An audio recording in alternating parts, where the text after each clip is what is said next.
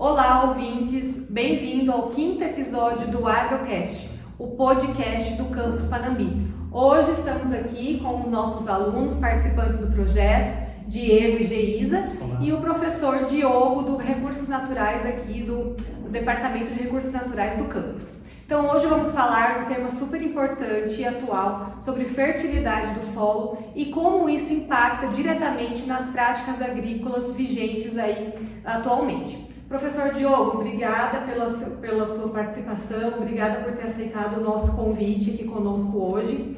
E para iniciar aqui a nossa conversa hoje, eu gostaria de já perguntar ao professor Diogo se apresentar e perguntar para ele qual que é o maior desafio ainda, né? Hoje na atualidade, que a gente sabe, né, que tem tantos recursos, tanta informação já disponível sobre isso, mas qual que é o maior desafio ainda sobre a fertilidade do solo atualmente para os nossos produtores? Boa tarde, então, a todos.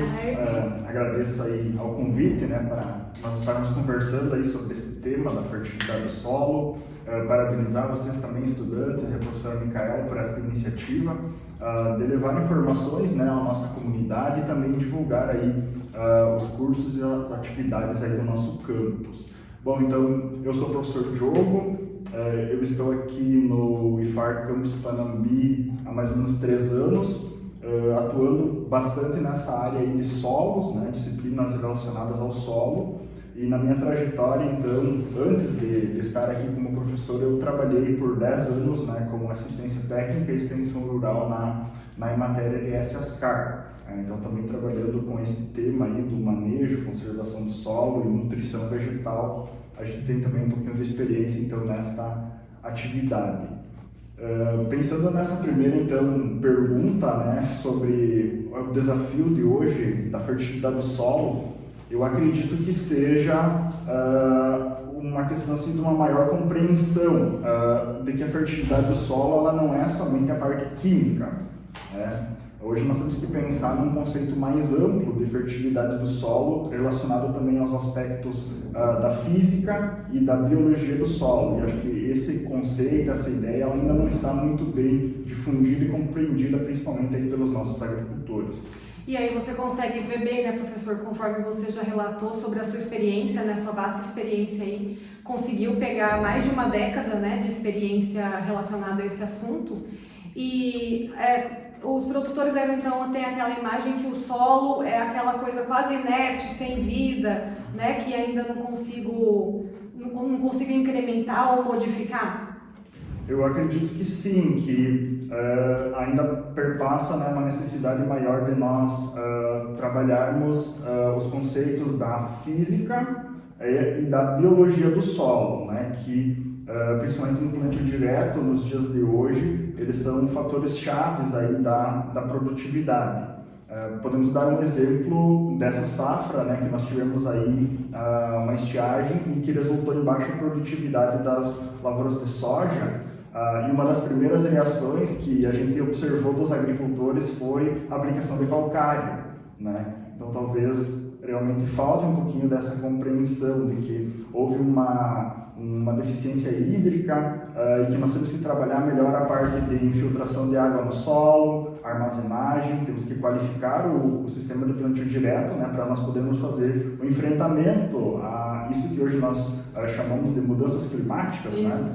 Onde o nosso clima ele tende a continuar sendo bastante irregular, né, com períodos de excesso de chuva, como a gente está vivenciando agora, né, no mês de junho, e depois muitas vezes no verão ali os períodos de estiagem, né, podendo chegar aí a 3 semanas sem chuva é uma condição normal para o Rio Grande do Sul, né, e o nosso solo ele precisa estar preparado para enfrentar esse tipo de situação. É que a gente tem visto hoje em dia que a maior parte das lavouras ainda não está preparada para essas dificuldades climáticas que nos impõe aqui a agricultura no Rio Grande do Sul, né?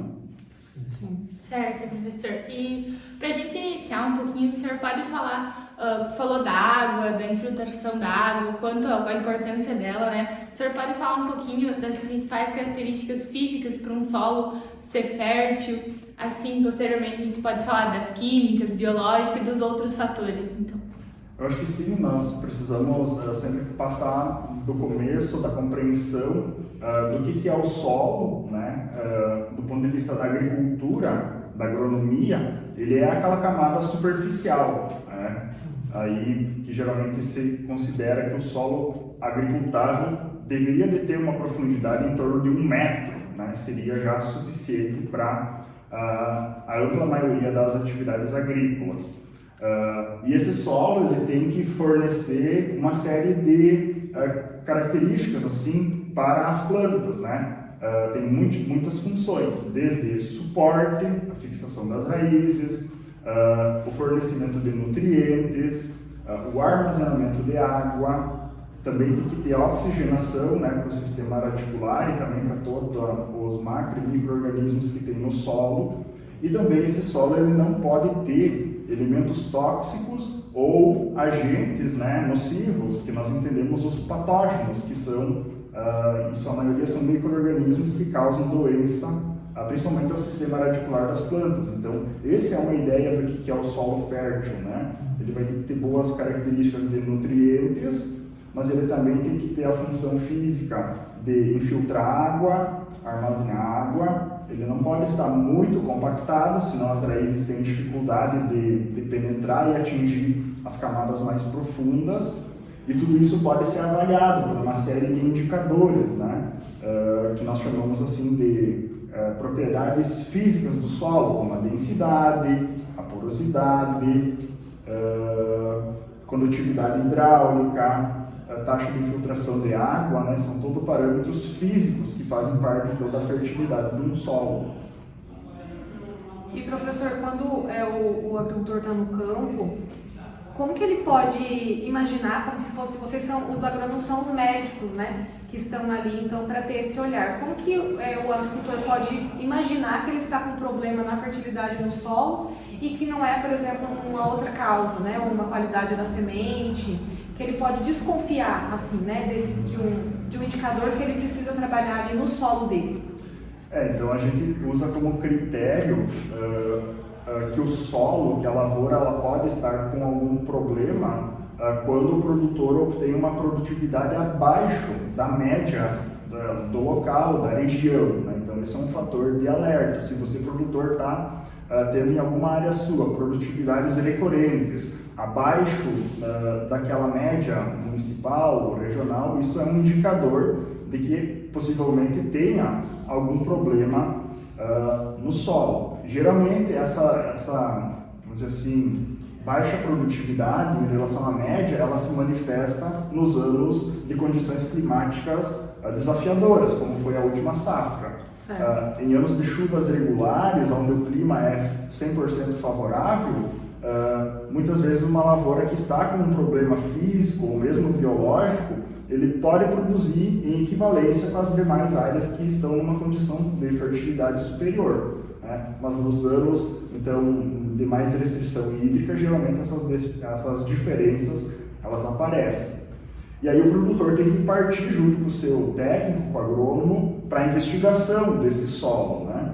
Então nós temos como uma primeira forma de avaliar a análise química do solo, né? Sim. Então essa já é uma metodologia que os agricultores, né, o pessoal conhece e utiliza assim com uma certa regularidade. Então fazer uma análise química bem feita, mostrando o solo de preferência de 0 a 10, 10 a 20 e também, se possível, fazer a análise da profundidade de 20 a 40 centímetros, visando identificar se por acaso o subsolo não está com uma fertilidade mais baixa, por exemplo, tem presença do alumínio, que é tóxico, e essa camada de 20 a 40, que não é frequente, né, o produtor fazer esse monitoramento, ela serve bastante para nós tomar uma decisão mais adequada em relação à aplicação do gesso agrícola.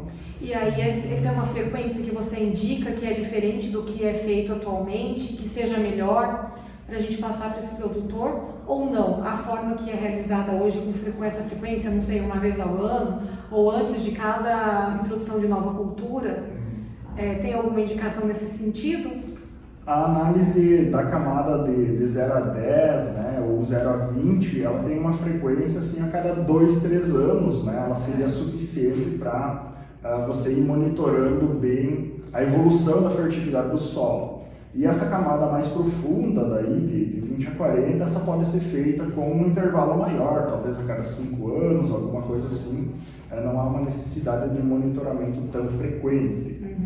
E aí depois nós podemos seguir investigando, né? Digamos que o produtor não encontrou problemas de química do solo. Isso já tem sido bastante frequente. Hoje em dia nós temos muitas áreas da região que a parte química já está bem corrigida. Então você tem que seguir a investigação, partindo para a análise de indicadores físicos. Então hoje nós já temos laboratórios, principalmente do Paraná, que eu conheço, assim, que eles fazem análise físico-hídrica, né? Então tu pode fazer a coleta de solo e encaminhar para a avaliação da densidade, da porosidade, da curva de retenção de água, né? Para saber capacidade de campo, o ponto de murcha permanente. Então uma série de indicadores físicos que hoje já está se popularizando, né? Esse tipo de análise, embora do ponto de vista dos agricultores esse ainda está bastante incipiente esse uso, né? Mas é bem interessante a gente começar a avançar nesse sentido aí. Diogo, com plantio direto bem estabelecido já na região, há mais de 20 anos, o que tu julga assim que, digamos, falta ainda em questão de manejo, para a gente chegar numa propriedade física, principalmente do solo, mais ajustada para eventuais eventos climáticos de estresse hídrico nesse sentido? Isso, nesse sentido nós já temos que pensar então em ações daí de correção da fertilidade, né? Que o produtor já bem conhece, que os solos, originalmente os solos do Brasil, do Rio Grande do Sul, Panambi, eles são solos de baixa fertilidade. Então eles foram corrigidos à medida do tempo com a aplicação de calcário e a aplicação dos fertilizantes. E aí a parte física do solo, então no plantio direto, nós temos dois caminhos. Ou a gente segue no caminho do uso das plantas de cobertura, adubação verde, chamada por alguns, ou a gente, em casos mais extremos, onde a compactação e a degradação às vezes do solo está muito grande, a gente terá que às vezes lançar mão do uso de uma prática mecânica, como por exemplo uma escarificação, uma subsolagem, para romper essas camadas compactadas e então, vamos dizer assim, reiniciar o processo de plantio direto. Para recuperar aquela área ali. Isso. Nesse caminho, então, professor, teria alguma planta para sugerir ao produtor que seja boa de enraizamento para essa dificuldade de compactação nas nossas áreas? Qual seria a sugestão nesse ramo de plantas? Isso, nesse caminho aí das plantas de cobertura, então, que é a pergunta ainda do Diego, né? O que está faltando para nós qualificar o plantio direto? Está faltando mais rotação de culturas, está faltando mais diversidade de espécies vegetais que também vão trazer mais biodiversidade na parte do solo. Então, uma coisa complementa a outra, uma maior atividade biológica do solo. Então, pensando em espécies, a gente tem múltiplas oportunidades durante o ano, né? A gente tem oportunidades agora nessa época do inverno, né? Inverno-primavera, onde a gente geralmente lança mão aí de aveia, nabo, ervilhaca, que são espécies então adaptadas assim para o clima frio. A gente tem outras possibilidades que não estão tanto em uso na região, como ervilha, também o tremoço, que já foi utilizado antigamente e se caiu em desuso, que são excelentes leguminosas que podem incorporar mais nitrogênio aí no sistema. Depois, no verão, né, essa rotação de culturas ela pode e deve se dar com a introdução do milho, né, no sistema de produção. Então, o milho, como uma gramínea que tem um abundante sistema reticular, ele tem muita contribuição, né, para descompactar o solo e melhorar essa infiltração de água. Mas a grande janela, acho que de oportunidade que nós já vínhamos trabalhando desde o tempo aí da extensão rural é no outono, né? As plantas de cobertura do solo no outono. Então, após soja, após milho, que são as culturas principais da região, eu geralmente tenho uma janela de 60 a 90 dias, onde eu posso entrar com alguma cultura.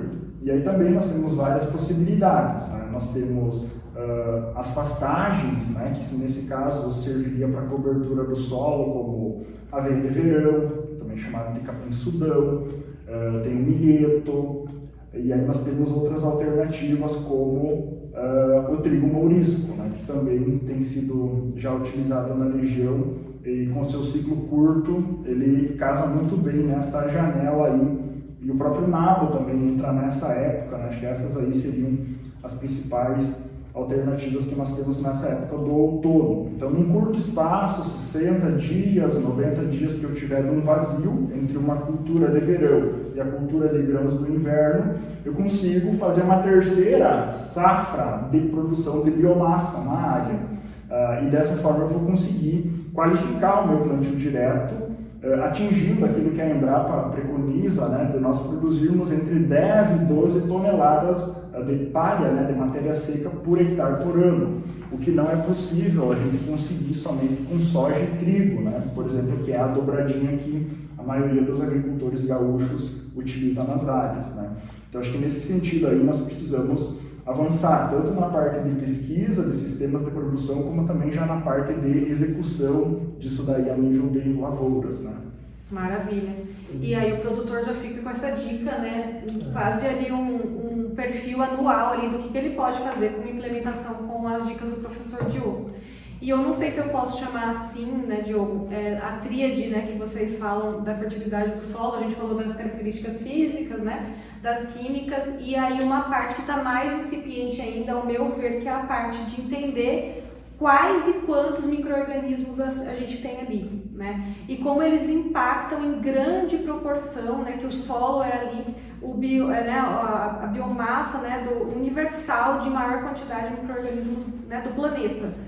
E aí você poderia falar um pouquinho aí pra gente dessa atualidade, como que o que a gente pode esperar disso, né? Sim, assim, a nível de lavoura, né, um indicador que o agricultor pode avaliar é a questão da presença de minhocas, por exemplo, na sua lavoura, né, isso é um indicador de qualidade.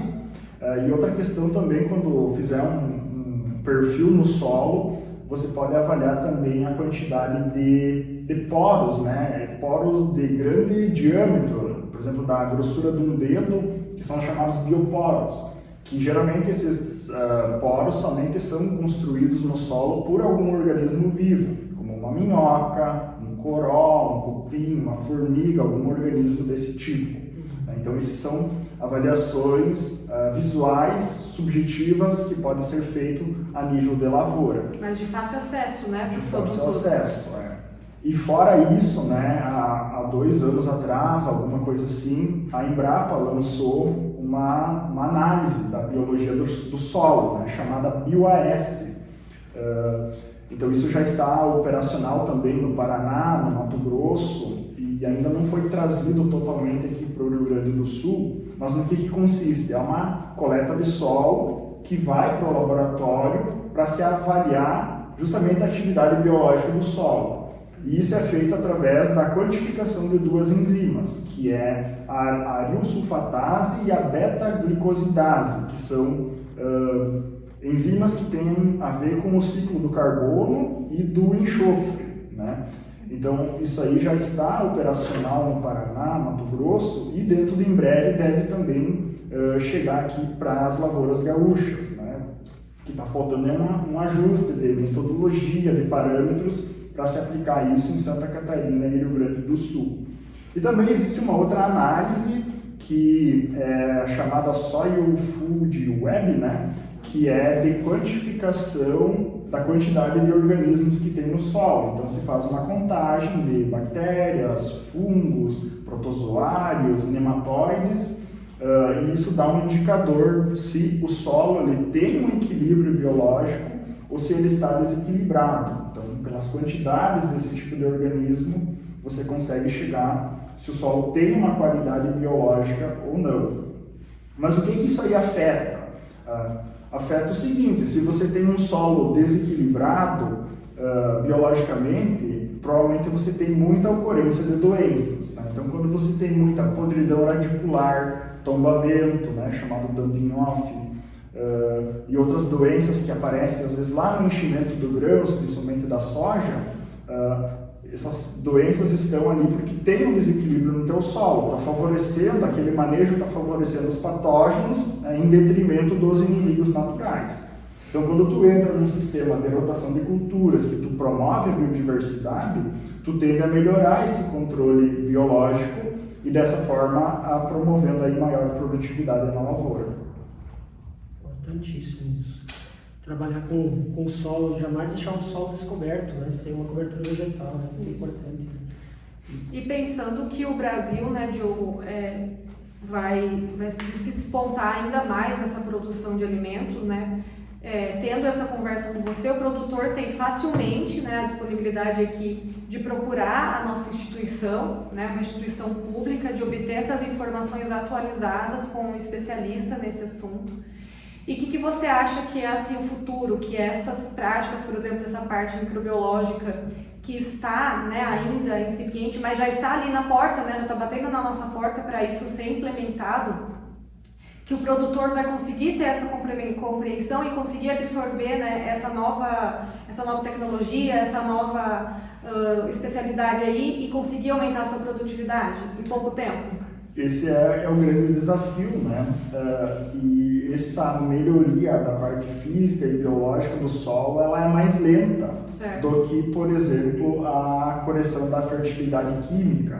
Eu sempre brinco, né, com os alunos, mesmo com o produtor. Se você tem o recurso, né, financeiro, você compra o adubo, compra o calcário, aplica, dentro de, vamos dizer assim, 60, 90 dias, você já está com o solo corrigido. Agora tem estudos da Embrapa que mostram que para você aumentar 1% a matéria orgânica, você demora 10 anos. Né? Então esse não é um processo rápido, é um processo lento, e que nós precisamos iniciar o quanto antes, né? Visto essa demora. E por que demora tanto para aumentar a matéria orgânica nos solos do Brasil? Por causa da nossa condição do clima, clima tropical. Quando nós temos temperaturas altas, isso acelera, né, a velocidade da decomposição da matéria orgânica. Então, para nós conseguir acumular material orgânico no solo, a gente tem que adicionar biomassa vegetal em grande quantidade. Por isso que a gente não tem conseguido avançar nesse sentido, somente fazendo 2 cultivos ao longo do ano, pois a produção, né, de biomassa ela está aquém da necessidade do nosso solo. Então eu acredito que sim, esse é o desafio agora da agricultura, né, para os próximos anos, a gente fazer esse enfrentamento dessas novas condições aí, climáticas, preparar o nosso solo do ponto de vista físico e biológico para atingir as altas produtividades. Eu estava acompanhando, acho que foi essa semana passada, que se divulgou os campeões da produtividade da soja a nível do Brasil, né? Então a gente tem lavouras aí passando dos 110, 120 sacas de soja por hectare. A lavoura de milho mais produtiva foi acima de 300 sacas de milho por hectare. Isso tudo condições de campo. E aí quando tu vem para os níveis da qual a produtividade média do Brasil é muito inferior a esses potenciais. E o Rio Grande do Sul, pior ainda, está mais para trás.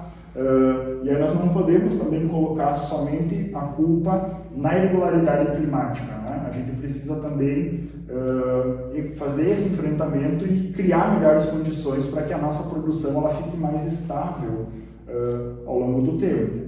Não é somente a irrigação que vai resolver o problema da falta de chuva, pois do ponto de vista assim, não tem viabilidade em todas as áreas. Só ela não resolve, né, professor? Porque não vai ter disponibilidade de armazenamento de água, né, o suficiente para nós pensar em 100%, por exemplo, da agricultura do Rio Grande do Sul de forma irrigada. Nós vamos ter que continuar convivendo com o predomínio da agricultura de sequeiro, né? Certo. Então, pessoal, para a gente finalizar aqui, né, que conversa maravilhosa, enriquecedora, com tantas dicas importantes. Então, o professor Diogo está aqui no Instituto Federal, Departamento de Recursos naturais, né, está aqui prontamente, né, disponível para tirar as dúvidas de você, produtor, né? A gente quer essa proximidade do IFAR Campus Panambi com os produtores. Queria agradecer, professor Diogo, um dos melhores podcasts aí, né, nosso na área de então, fertilidade do solo, e como uma tradição nossa aqui do nosso podcast, entregar para você uma lembrancinha aí, uma caneca, em agradecimento à sua participação. Fique conosco, pessoal. O nosso próximo episódio, então, vem no mês que vem. Até mais!